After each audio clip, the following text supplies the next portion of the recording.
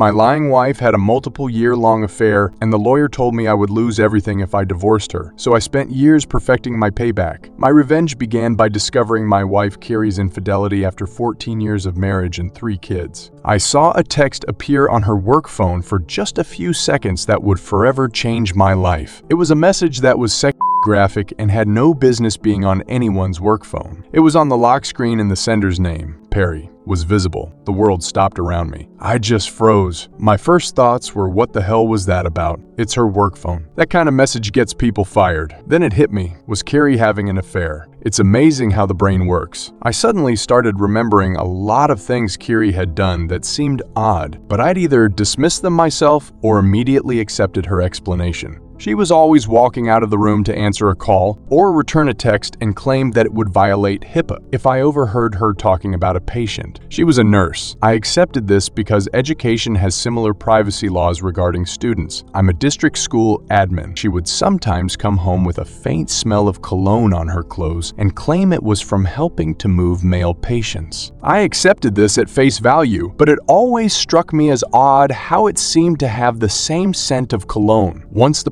proverbial barn door was open, I started seeing a lot of things that I'd missed before. Our love life in the bedroom had cooled off considerably, which wasn't helped by her having to leave the house at odd hours to fill in for other nurses that called in sick. I also recalled where I'd seen the name Perry before, and a call to the hospital confirmed he was a doctor there. For the next week or so, I was walking around in daze trying to put all of the pieces together. One of our kids had left a book in Carrie's car, so it was an excuse to visit the hospital. My kid went up to get Carrie's car key. I talked to a nurse in the lobby and joked about how work phones seem like a blessing, but all they do is put you on call 24 hours a day. This led to her eventually telling me that the hospital was too cheap to give cell phones to nurses, so only high-level executives got them, which didn't include Carrie. With pretty much everything confirmed, I took some personal time off the next day to talk to a divorce lawyer. The news she gave me was horrible. We lived in a community property state with no-fault divorce. I made more money than Carrie. She'd been the primary caretaker of the kids, and we'd been married for more than 10 years.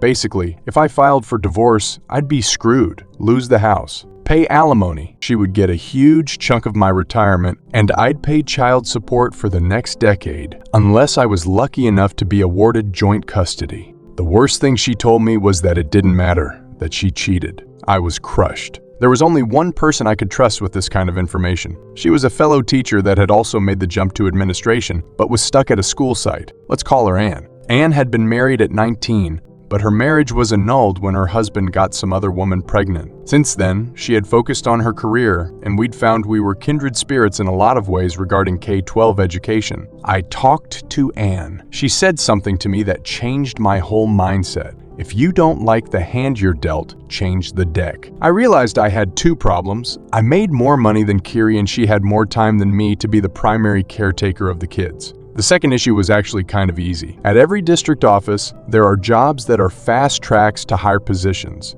and there are jobs that administrators suffer through. One of these dead-end regulatory positions was open again. I sat down with our district superintendent and asked about being transferred to that position. At first he was shocked, but I told him that it was my time to take one for the team, and it would fill a hole in my admin experience. He agreed. It was really just crunching numbers with no personnel or student interaction, so I could set my schedule, even take a laptop home and work there. With my new free time, I began taking the kids to school, picking them up from school, and taking them home. I'd help them with their homework, make dinner, etc. While the end goal was to become their primary caretaker, I can't explain how much I really enjoyed taking a more active role in their day-to-day lives. My salary hadn't been reduced, so I needed to find a way for Carrie to make a lot more money than she was in current nursing position. I remembered Carrie being mad that her supervisor told her in the future, bachelor degrees will be worthless, and everyone will need at least a master's degree. Carrie had worked hard to get her bachelor's, and that supervisor's comment peed all over her hard work. I talked her into starting a master's program.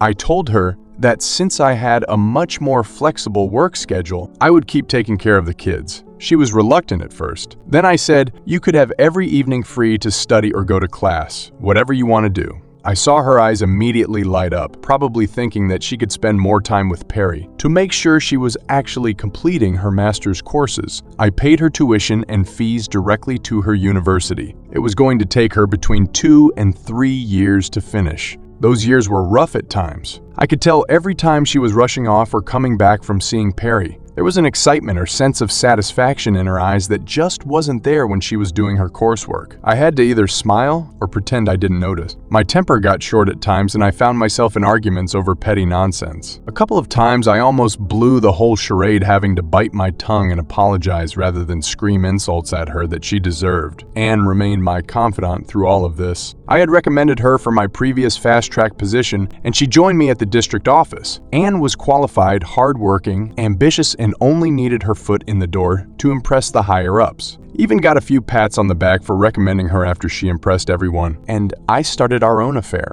It wasn't some hot-blooded, passionate romance, but two friends giving each other what they need. Without Anne, I wouldn't have been able to maintain the charade of being the oblivious cuckold. But when Kiri would come home smiling after spending time with Perry, I was able to bear it, smiling back, because I had my own lover. After 3.5 years, Kiri completed her master's and was promoted at her hospital. Her salary went up substantially and was now higher than mine. When the kids and I made her a congratulations dinner, I made a joke about her being the breadwinner for the family, and she laughed, joking back that I should be a stay-at-home dad now. A month later, I went back to the lawyer and told her the financial situation had drastically changed.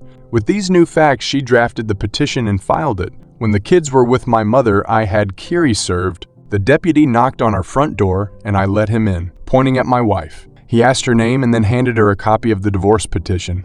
With the deputy standing there, I told Kiri I knew all about her affair with Perry. I told her to go be happy with her doctor lover. She screamed at me, tried to lie, and then made the mistake of rushing towards me. The deputy stopped her and warned her that women go to jail for domestic violence too. He suggested she pack a bag to stay somewhere else. Kiri left after I promised not to tell the kids about her affair. I didn't tell the kids, but I told my mother, who told my sister, who told her kids, who told their cousins my kids. It took a few days, but eventually the kids knew that Dad was divorcing Mom because she had a boyfriend in the end. The court granted the divorce, giving me primary custody of our kids. Because I was already their primary caretaker, I kept the house with a promise I would refinance to buy out Kiri's half. She was ordered to pay child support, and I used that fact to negotiate with her to give up any rights to my retirement. If I bought her out, I was able to refinance my home, and with a little money borrowed from my parents, I bought our Kiri's community property interest in the home and in my retirement. The day she signed all the paperwork with my lawyer, finally ending any possible financial obligations to her, was the happiest I'd been. I felt like I could finally breathe. I celebrated with Anne, who'd been my rock through all of it. I'm not ashamed to say that through the years I'd cried many times in her arms. Anne and I would eventually marry. She got promoted to a higher position, and I was convinced to take back my previous position at the district when my youngest child reached high school. Kiri and I got along well after the divorce. We took the kids to family therapy and worked out this co-parenting thing. For a few months, she took a beating from the kids about why she needed a boyfriend when Daddy was there all along. Between the kids and the therapist raking her over the coals, I didn't have to say anything at all. Kiri missed a lot of time with the kids because of her now legitimately busy work schedule, and I actually felt bad that my kids were missing time with their mother, so encouraged them to talk to her on the phone instead. When Kiri found out that I'd proposed to Anne, she congratulated me. I told her it's okay for her to marry Perry too. She got sad. She told me that Perry had started seeing another woman, a younger nurse at the hospital, because with her new position, she didn't have time for him, and when they did get together, she wasn't fun anymore. My ex-wife, the woman who cheated on me and destroyed our marriage,